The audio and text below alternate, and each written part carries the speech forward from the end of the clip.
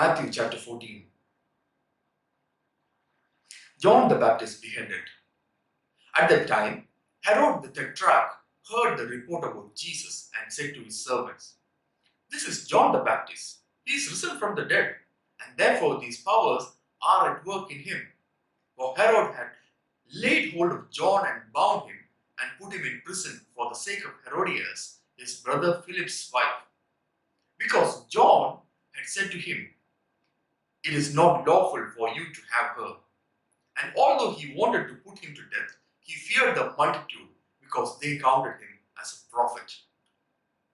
But when Herod's birthday was celebrated, the daughter of Herodias danced before them and pleased Herod. Therefore he promised with an oath to give her whatever she might ask.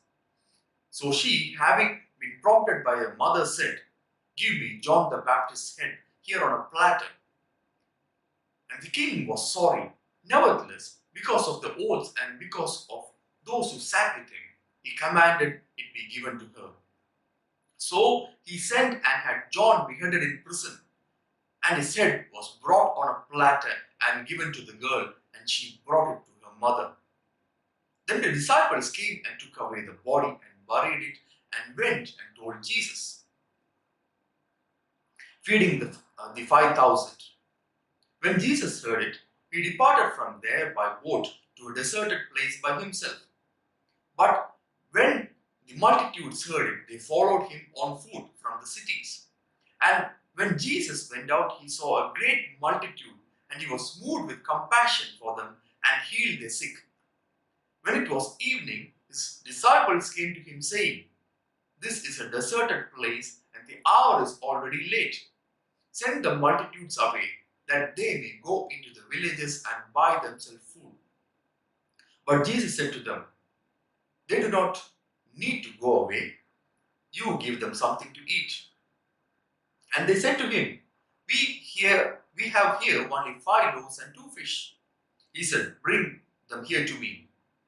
Then he commanded the multitudes to sit down on the grass. And he took the 5 loaves and the 2 fish, and looked up to heaven.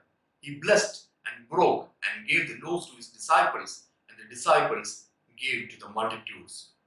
So they all ate and were filled, and they took up 12 baskets full of the fragments that remained. Now those who had eaten were about 5,000 men, besides women and children. Jesus walks on the sea. Immediately Jesus made his disciples get into the boat and go before him to the other side, where he sent the multitudes away. And when he had sent the multitudes away, he went up to the mountain by himself to pray. Now, when evening came, he came alone there, but the boat was now in the middle of the sea, tossed by the waves, for the winds was contrary.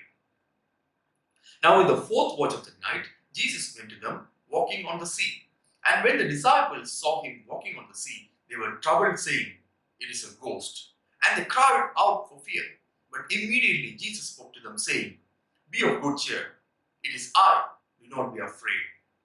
And Peter answered him and said, "Lord, if it is you, command me to come to you on the water." And he said, "Come."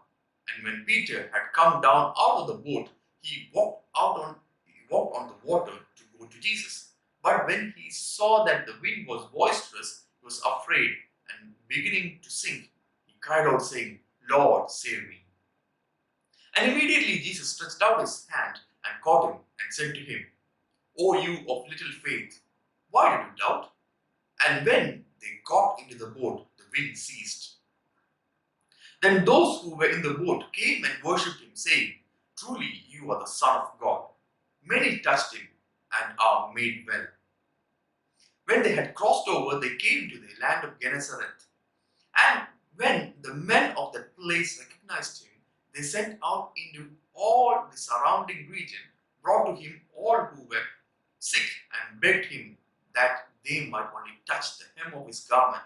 And as many as touched it were made perfectly well.